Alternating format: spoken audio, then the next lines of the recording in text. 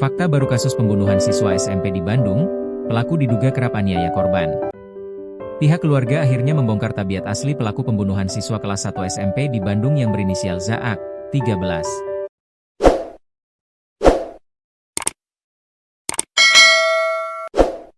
Pelaku yang berinisial Ya, 16, diduga memiliki kecenderungan penyuka sesama jenis, yang menjadi salah satu kekhawatiran keluarga sejak lama.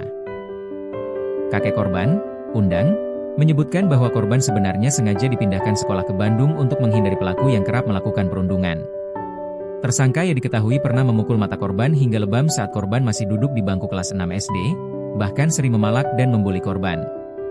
Kapolres Cimahi AKBP Niko N. Adiputra mengungkapkan bahwa motif pelaku menghabisi nyawa korban karena merasa sakit hati setelah korban memutuskan untuk berhenti berteman. Korban dihabisi di kawasan bekas wisata Kampung Gajah, Kabupaten Bandung Barat, pada Senin, 9 Februari 2026, setelah pulang sekolah. Setelah melakukan aksi kejinya, pelaku sempat membawa ponsel milik korban dan membuat alibi palsu seolah-olah korban diculik oleh orang lain.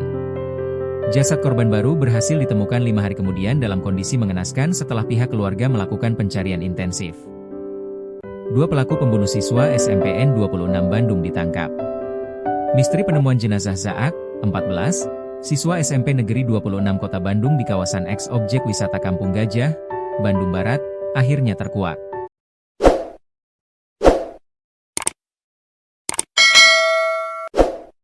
Remaja berinisial Ya, 16, ditetapkan sebagai salah satu tersangka utama dalam aksi pembunuhan berencana yang memilukan tersebut.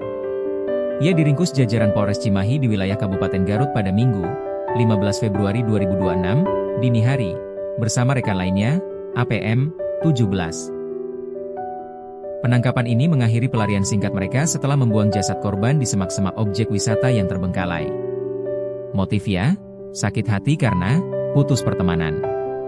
Kapolres Cimahi, AKBP Niko N. Adiputra, mengungkapkan bahwa Ya dan korban sebenarnya sudah saling mengenal sejak lama. Namun, kedekatan bertahun-tahun itu hancur seketika akibat sebuah pernyataan dari korban yang menyinggung perasaan tersangka. Motif tersangka Ya tega menghabisi korban karena sakit hati.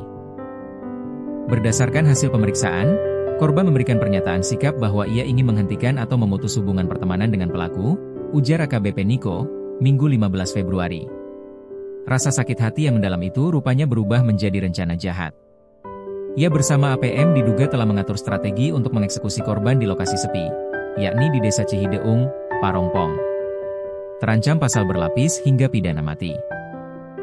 Meski ia masih berusia remaja, polisi tetap menjeratnya dengan pasal-pasal berat dalam Undang-Undang Nomor 1 Tahun 2023, KUHP baru, serta Undang-Undang Perlindungan Anak.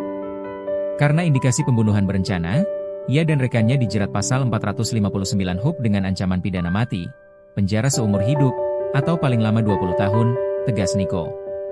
Polisi juga menyisipkan pasal 80 ayat 3 UU Perlindungan Anak guna memperkuat jeratan hukum atas hilangnya nyawa anak di bawah umur. Saat ini, ia masih menjalani pemeriksaan intensif di Mapolres Cimahi untuk mendalami kronologi lengkap saat ia mengeksekusi teman lamanya tersebut.